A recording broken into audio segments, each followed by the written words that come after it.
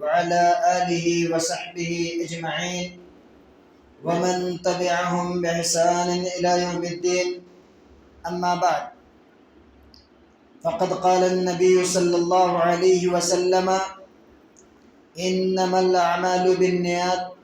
وإنما لكل امرئ ما نوى. متفق علیہ۔ محترم حاضرین، دینی بھائیوں، بزرگوں،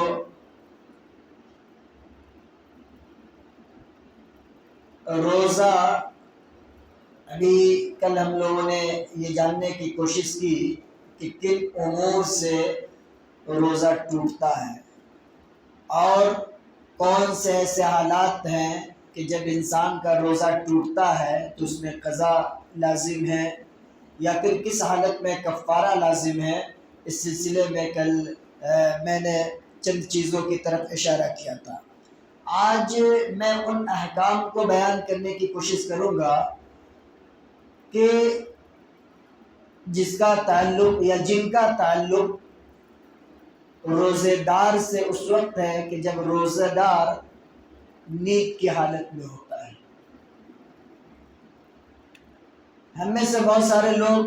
روزے کی حالت میں ہوتے ہیں اور روزہ رکھنے کی وجہ سے چونکہ تھکاوٹ کا احساس ہوتا ہے یا پھر کسی طرح کی پریشانی کا ان کو احساس ہوتا ہے تو اپنے گھروں میں پڑے رہتے ہیں اور نیند کی حالت میں ہوتے ہیں۔ مثال کے طور پر فجر کے بعد انسان سو گیا تو ظہر کے وقت جگا، پھر ظہر کی نماز پڑھنے کے بعد وہ سو گیا تاکہ ہم کو آرام ملے، اور کوئی اس کو دوسرا کام ہے نہیں، ذکر و اذکار اپنا کرتا رہتا ہے، اس میں نیند آ گئی، تو ایسی صورت میں اس کا روزہ صحیح ہوگا یا نہیں؟ بہت سارے لوگ کہتے ہیں کہ روزہ صحیح نہیں ہوتا ہے، تو ان کو یہ جان لینا چاہیے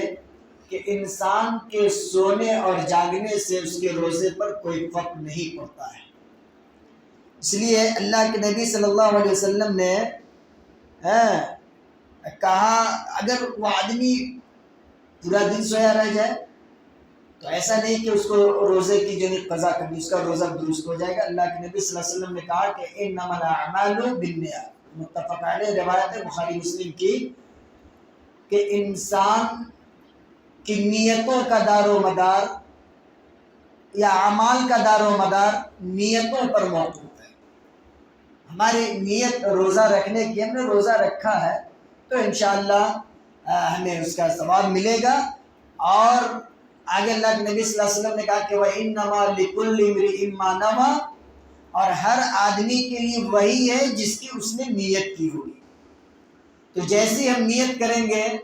آسان لفظوں میں یہ سمجھ لیں کہ جیسی نیت ویسی برکت،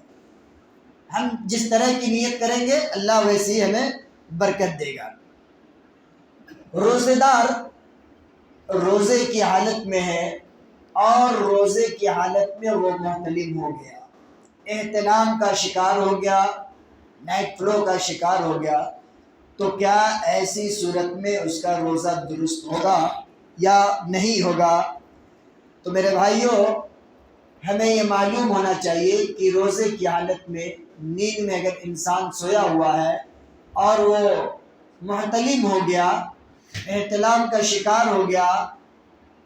تو ایسی صورت میں اس شخص کا روزہ درست ہوگا، اس کے روزے پر کوئی اثر نہیں پڑے گا، اس لیے کہ اس کا یہ عمل اس کی طاقت سے باہر ہے۔ اللہ نے کہا کہ لا یکلف اللہ نفسا الا وسعها، اللہ تعالیٰ نے اس چیز کی تکلیف بندوں کو نہیں دی ہے جس چیز کو اٹھانے کی اس کے اندر سکت نہ ہو۔ تو انسان نیند کی حالت میں ہے، بے بس ہے اور وہ محتلم ہو گیا، تو ایسی صورت میں اس کا روزہ درست ہوگا، اس کا روزہ خراب نہیں ہوگا، اور اس کے اوپر کسی طرح کی کوئی قضا اور دیت یا کفارہ کی کوئی بات نہیں ہے۔ وہ روزے دار جو روزے کی حالت میں ہے اور بلکہ روزہ رکھنے والا آدمی اس حالت میں صبح کرتا ہے کہ وہ جنبی ہے، یعنی سحری کے وقت اس کی آنکھ کھلی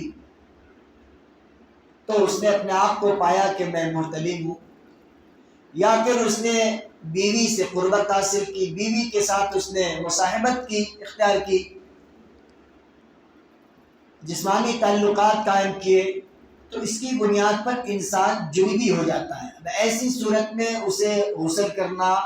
پاکی حاصل کرنا اس کے لیے ضروری ہوتا ہے۔ تو ایک آدمی فجر کی اذان ہوگی، وہ غسل نہیں کر پایا، کسی وجہ سے تاخیر ہو گئی یا دیر سے اس کی آنکھ کھلی یا وقت کا پتہ نہیں چلا اور اذان ہو گئی، تو کیا ایسی صورت، چونکہ ایسی صورت میں وہ حالت جنب میں جو نہیں، جنبی حالت میں اس نے صبح کیا، تو ایسی صورت میں اس کا روزہ درست ہوگا، یعنی اس کا روزہ درست ہوگا۔ وہ شخص طلوع فجر کے بعد غسل کر لے گا، اور غسل کرنے کے بعد وہ شخص جو نہیں کیا بولتے ہیں کہ اپنے روزے کی حالت میں برقرار رہے گا، وہ غسل کر لے گا اور پاکی حاصل کر لے گا۔ البتہ جیسے ہی فجر کا وقت شروع ہو گیا، اس وقت سے وہ اپنے آپ کو کھانے پینے سے روک لے گا، جس طرح عام روزے دار اپنے آپ کو کھانے پینے سے روک لیتے ہیں، وہ شخص بھی اپنے آپ کو کھانے پینے سے روک لے گا حالت جنبی میں اور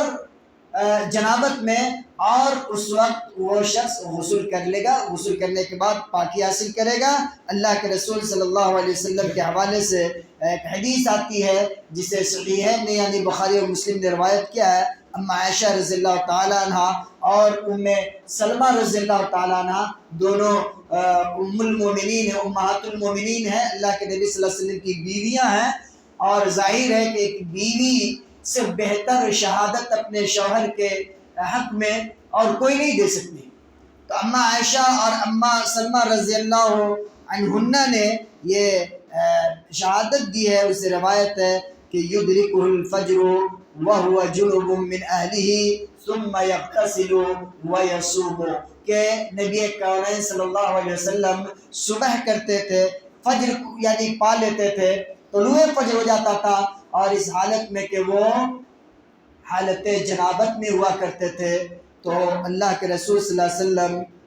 ثم یغتسل، اس کے بعد غسل کرتے تھے، ثم یصوم، اور پھر روزہ رکھتے تھے۔ ایک اور روایت آتی ہے